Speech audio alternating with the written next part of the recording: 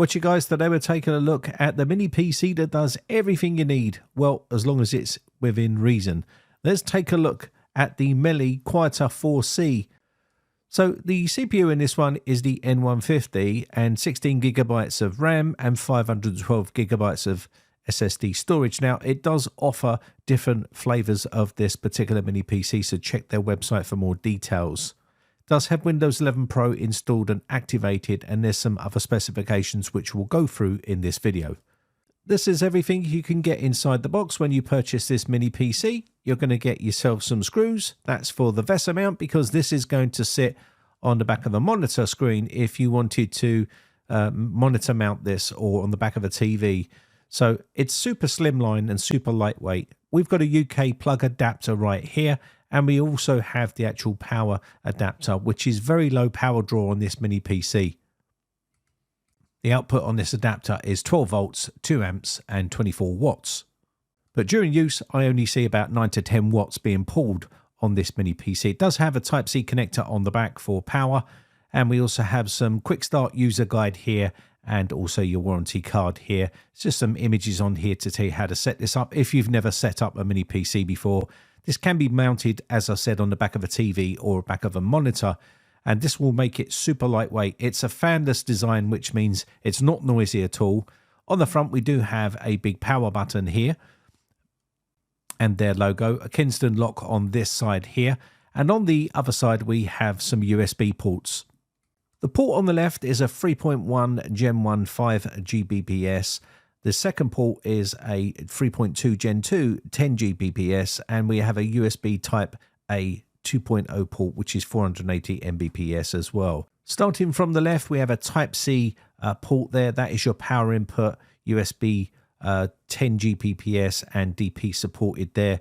Also have a micro SD card slot, and we have an headphone and microphone combo port there. You've got two HDMI 2.0 ports, 4K at 60 Hz supported for that one. A reset port in the middle there for your BIOS. And then we have another Type-C port on there as well, which is your power input for 12 volt, 2 amps. And then we have your gigabit Ethernet port on there as well. So pretty much they're all the ports on this particular mini PC. There's no working fans or anything like that. This is passively cooled with a big plate of metal inside, and also on the bottom is made of metal, so that will help dissipate heat. I will show you the heat from this particular mini PC a little bit later on. On the bottom there you can see that metal plate. That's also to help dissipate heat as well, to help remove the heat from inside the mini PC. I'm going to open this up and show you inside so you can see what it looks like inside. So let's remove these 4 screws here. And then once we gain access to it, you'll be able to see it's pretty minimalistic inside here. There is a big thermal pad here, which is on the bottom of the board. So I'm just needing to be careful pulling this apart here, because this is going to help to cool down the CPU, which is beyond the back of that actual main board. This is the big thermal pad with a big metal plate here, which is going to help cool that system. So right on the bottom there on the board, you'll see right here when I'm pointing, below that is the actual CPU, and that's why that big thermal pad there. There is your NVMe there, which is a big thermal pad on there to help dissipate heat as well. And that's pretty much it inside here. It's a very minimalistic type mini PC, which is designed for office use really.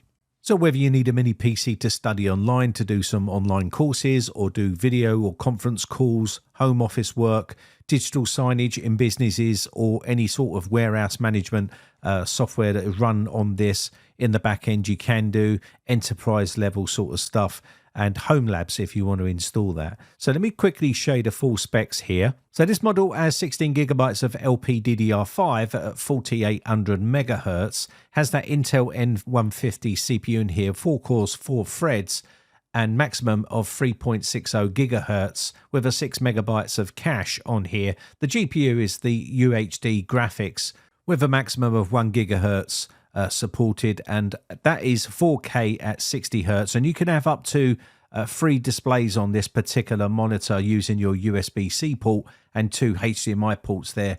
All will run at 4K at 60 Hz.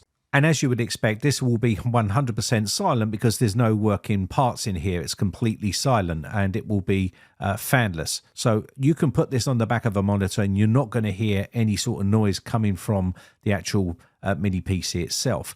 The storage on here is only 512 gigabytes. That can be upgraded inside, as I've shown you. But again, you are restricted for internal storage. You won't be able to put any more storage in there. There is an actual micro SD card slot on there. You could plug in an external drive on this as well for more added storage as well if you need to add more storage onto this mini PC. It's going to support Debian, Ubuntu, and CentOS and Fedora and all those other particular types of Linux distros that you might want to use.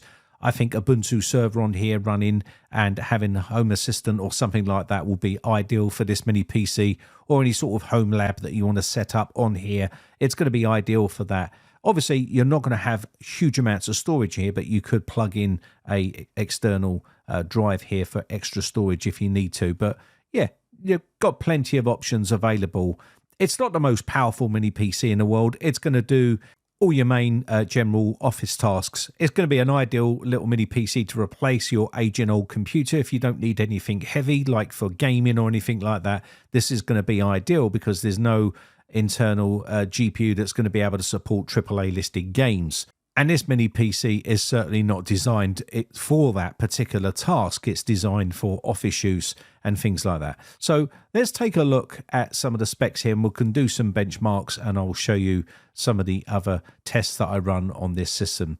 As you can see, Windows 11 Pro 24H2 is pre-installed on here, activated. Again, like I said, you can change this operating system to whatever you like. Maybe you want to use, say, Casa OS on here on Ubuntu server. That will be fine. Here's the main stats for the CPU, the motherboard, the GPU, the BIOS, and the chip they've used and everything else. That's all on here. Tells you about the memory speed. You can see the cache latency there, 52, and you can see it's dual channel as well. And we also have the memory size, which is 16 gigabytes, which we mentioned earlier. If you need more than that, then obviously they do other models which you can purchase with more memory if that's what you need. So let's take a look at the sensors here. Now, running this system idle, you can see it's running at about 50 Celsius right here. Now, when I run Geekbench 6 benchmark, I did get up to 89 Celsius. And that's because you're really taxing the CPU and GPU, and it can't dissipate the heat quick enough, and it's going to get up there a little bit. But general use, you're not going to be running Geekbench 6 on this day and night. You know what I mean? It's not really meant for that. I did it just to test the system. I can see there's a bit of core power limit exceeded right here, and I can also see the powering limit exceeded there, and it says yes. And this is just sitting idle. I haven't done any testing on this whatsoever. But for the benchmarks here, a single core 673, and for the multi-core 1195. It's not going to break any records, but that's what you're going to get with the Geekbench 6 test. Again, when I run these tests, it did get up to 89 Celsius. 2102 is for the GPU score on Geekbench 6 as well. And I think it was just working really hard to do those tests. Let's take a look at 4K playback here. There was a few drop frames, but it wasn't showing on the video playback. But it did stabilize after a while, and then we got a few more drop frames, and then it will stabilize again. That's how it was with this particular unit. There was no real problems playing these videos. So if you want to stream this down or play 4K videos, you can do. It's not going to have an issue at all. I'll play this Jellyfish 400 Mbps 4K Ultra HD HEVC 10-bit file, and I'll show you what it plays like. So you can see this is on the Windows player. We'll play this. It takes a bit of time to populate because this is quite an aggressive file to play. You can see there's a little tiny bit of stutter there. Not too crazy, but that's what you can expect with this mini PC. Again, that is the pretty hefty file to play on a mini PC. And you can see I skipped the video there deliberately to see how quick it catches up, and it was fine. The reads on the drive is 3,409 and the writes is 2,201, and it's I think it's called an eGet, whatever that is. I don't know, some Chinese brand. But again, you can change that if you wish. I quickly want to show you the temperatures for this particular mini PC, because during the testing it was obviously getting pretty hot. obviously because you're torturing the little mini PC, and there's no working fans in here. It's all passively cooled through the big heatsink and through the body. You can see we've got 73 degrees Celsius on top of the actual mini PC using this scope here, and you can see it on there, and I'll show you the bottom as well. Now this is a little while after I've done the benchmarks, but you see 65, 64 on the bottom of that particular mini PC. So there was a little bit higher temperatures during the testing. That's after the testing, it's cooled down passively itself. So what do I think of this mini PC? Well, it's slim, it's small, and it's also fanless, which means it's going to be quiet. So if you're looking for something that's small, lightweight, and fanless, and it has plenty of power for office work, really, if you're looking for something for gaming and stuff like that, it's probably not going to be the choice for you. That sort of price point, £289.99, it's a little bit on the pricier side. There is some other ones out there. You can do a bit of research and do a search. I just did a quick search for this B-Link. It is only DDR4 memory in this one, but again, it's only £169.